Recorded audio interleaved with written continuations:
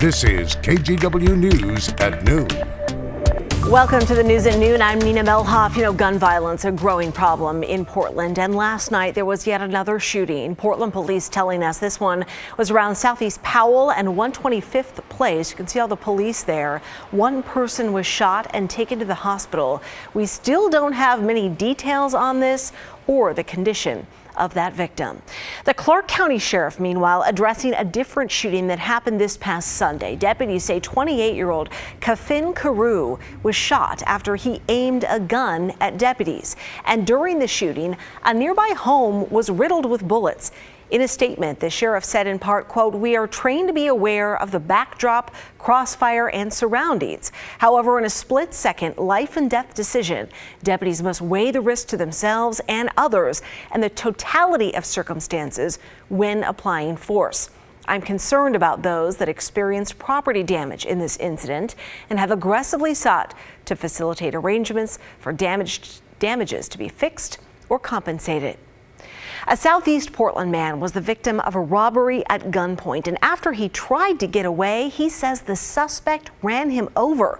Bob Wenberg was out walking his dog near Southeast 80th and Tibbetts when a car pulled up alongside him. He says a young guy in the back seat pulled out a gun and demanded his wallet, phone, and the dog. Wenberg made a split-second decision to run. He says the driver accelerated and hit him before speeding off. These were kids, and they tried to murder me when I tried to run away. I mean, they tried to run me down.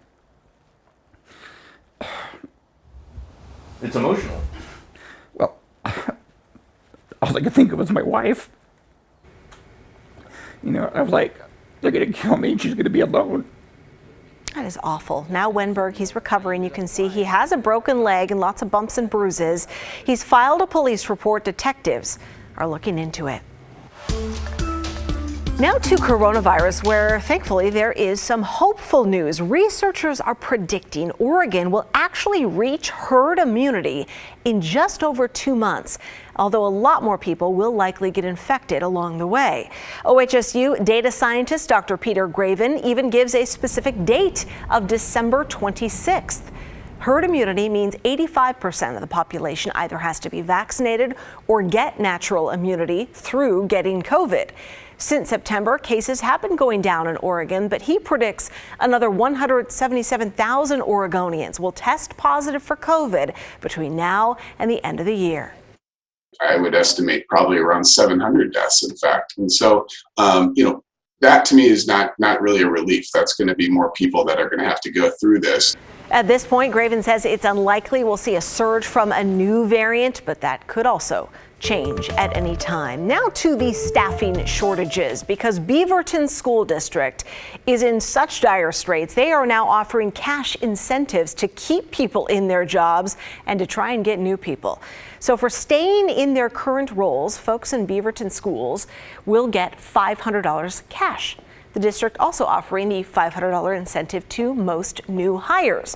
The in-demand positions include bus drivers, nutrition services, custodians, and school office assistants. The bus driver shortage shows how the lack of employees can strain the entire system. Is every administrator, every supervisor, every dispatcher and mechanic are actually, those who can, are running bus routes every day. That works in the short term, but that also means that they're not doing their jobs as administrators, supervisors, mechanics, and dispatchers. Yeah, that's wild. The Beaverton School District says it has more than 550 openings right now, and that doesn't even include openings for substitute teachers.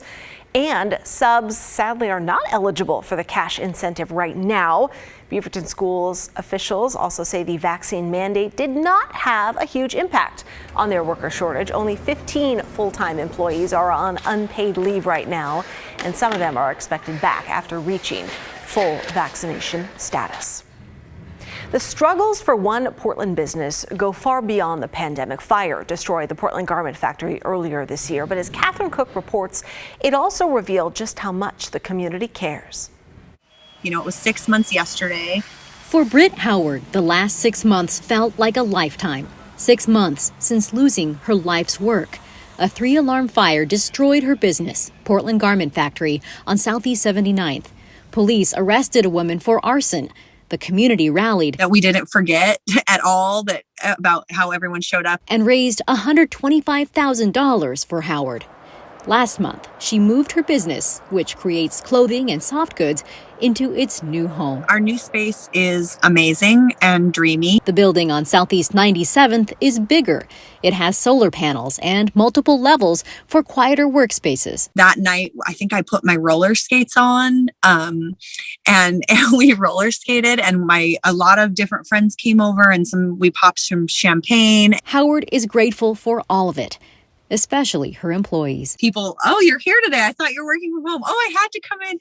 They're excited to be in there. And The new Portland garment factory isn't open yet. Howard hopes next month.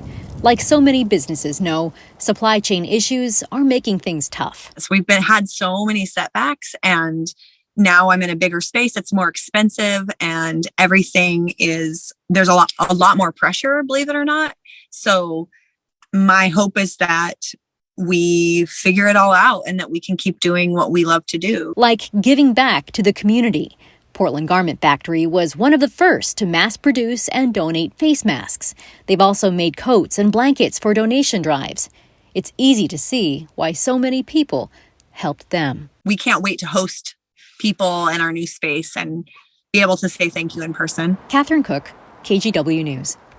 Well, today was the annual Great Shakeout Earthquake Drill. Businesses and schools up and down the West Coast drilled this morning on what to do when an earthquake is first felt. And remember the famous slogan, drop, cover, and hold on. If you feel a shake, find a sturdy table. And if you become trapped, they say, try not to move or yell, but make noise some other way. Look at the kids doing it this morning. Great practice. We have lots more earthquake information in our story at KGW.com. Well, a new AAA report shows some vehicle safety features don't work as well in rainy weather. AAA tested a few things like the advanced driver assistance systems. It looked at automatic braking, which helps stop your car if sensors determine a crash is about to happen, and lane keep assist, which helps steer your car back into your lane if you start to drift. AAA tested 4 different features and found they didn't work as well as advertised when it rains. And we found that in the rain, automatic emergency braking did not work about 1/3 of the time. Do advanced driver assistance technologies help us and make the road safer and help prevent crashes and injuries? Absolutely, but they can never replace an engaged driver. It has to do with kind of water getting on the sensors. They're not as sharp then. So if you're buying a car, AAA recommends you get a good explanation of newer automatic safety features before driving off the lot. Chris McGinnis, this is your story. Is that the reason why, like raindrops on the sensors?